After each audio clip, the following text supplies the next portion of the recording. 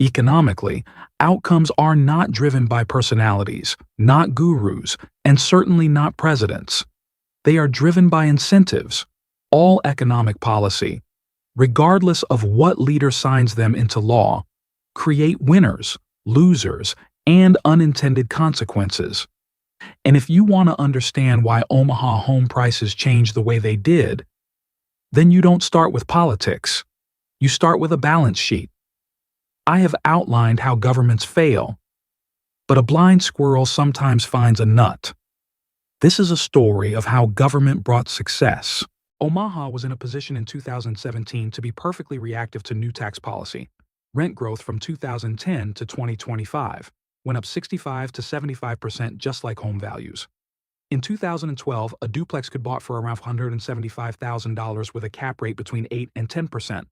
By 2024, that same duplex cost between $260K to $320K, and cap rates fell to between 6.5 and 8%. A reduced cap rate tells you that your investment is more stable and less risky. It also says you're going to recoup your total investment in less time. A caper rate is a quick indicator of how many years it takes for a cash investment property to pay for itself based on the net operating income. We find the cap rate by dividing net operating income by the current market value. That number is written as a percentage. This matters because tax advantages scale best where cash flow exists, not where the market is speculative. The government win started with the Tax Cuts and Jobs Act of 2017. This law did not target Omaha. In fact, it was mostly about tax cuts. Critics describe it as specifically for the wealthy. The most important aspect of the bill for real estate investors was that it changed depreciation schedules. That's it. But in a market where small investors dominate and properties have some cash flow, the result was measurable. In a typical BRRR cycle in, say, 2018, an investor purchases a property for $180,000, puts $40,000 into rehab, then refinances at $270,000. After cost segregation and then claiming bonus depreciation, the investor takes a $50,000 to $70,000 loss on taxes in a single year. That means more retained capital, faster redeployment, and shorter time for new acquisitions. It wasn't mega. It wasn't progressive. Positive economic outcomes are not political. While this channel uses Omaha, Nebraska, as a model and example, the concepts that Milton's Ghost presents are universal when conditions are the same. Let's take a look at this in practice.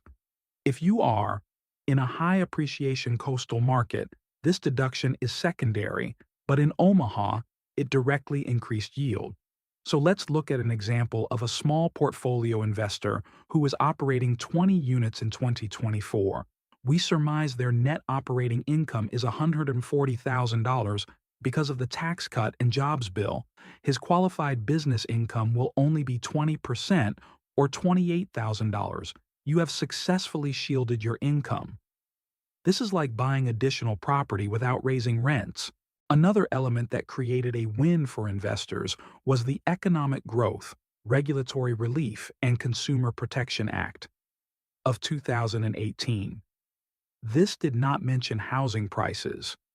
There was nothing in it to affect price of real estate specifically. It adjusted regulatory thresholds for the regional and local banks that Omaha is financed by. These are the community banks with a branch in the grocery store, or the regional bank that you think of because of the skyscraper they have in the city. Omaha isn't being built with global capital and high finance. It is all local capital. Between 2016 and 2021, there was a big increase in small multifamily lending activity.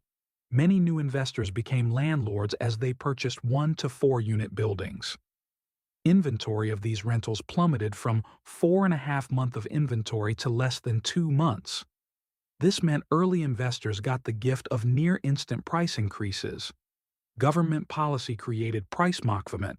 It worked like this. More credit availability means an investor can move quick. I owe him his acquisition. When this happens in short order, it leads to inventory compression and price increases. Another part of the Tax Cuts and Jobs Act created opportunity zones. But opportunity zones did not create new money. What are opportunity zones, you ask?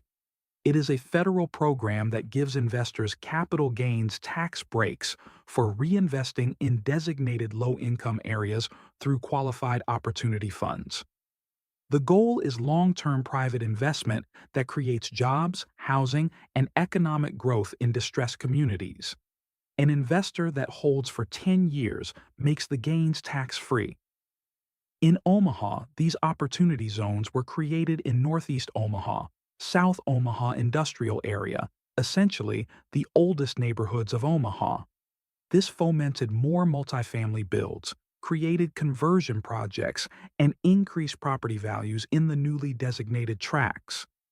Money flowed to the qualified areas of Omaha, and non-qualified areas were sort of abandoned. Every incentive has a shadow, and this program created winners and losers. From 2010 to 2014, Omaha enjoys a 4 to 6 months inventory. By 2021 to 2022, it was down to 6 weeks or less. Inventory did not disappear. It was consumed by investors. Why? Because investor purchasing power increased. Through retained earnings from tax efficiency, local banks supplied leverage. Everyone was getting richer. But it created a predictable and sizable appreciation. Milton's ghost doesn't cheerlead perceived government success. We certainly don't cheer government failure. We are describing incentives when policy reduces the cost of capital formation, reduces risk, and pushes long-term ownership investment increases. When investment increases faster than supply, prices rise. This is a near textbook definition of consumer-driven inflation. The same policy that helps a landlord scale makes entry harder for a first-time buyer. Both outcomes are true.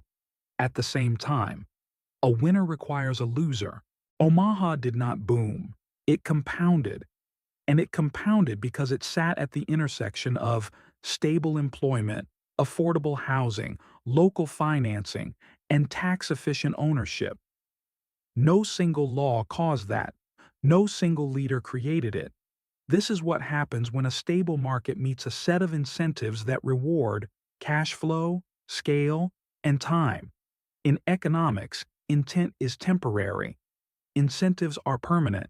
And if you want to understand the housing market, don't watch the speeches. Read the spreadsheets. Milton's ghost.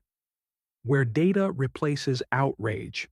If this video made you consider what incentivizes your investments, like and subscribe. Share this video with that friend who swears the benefit of his favorite political leaders.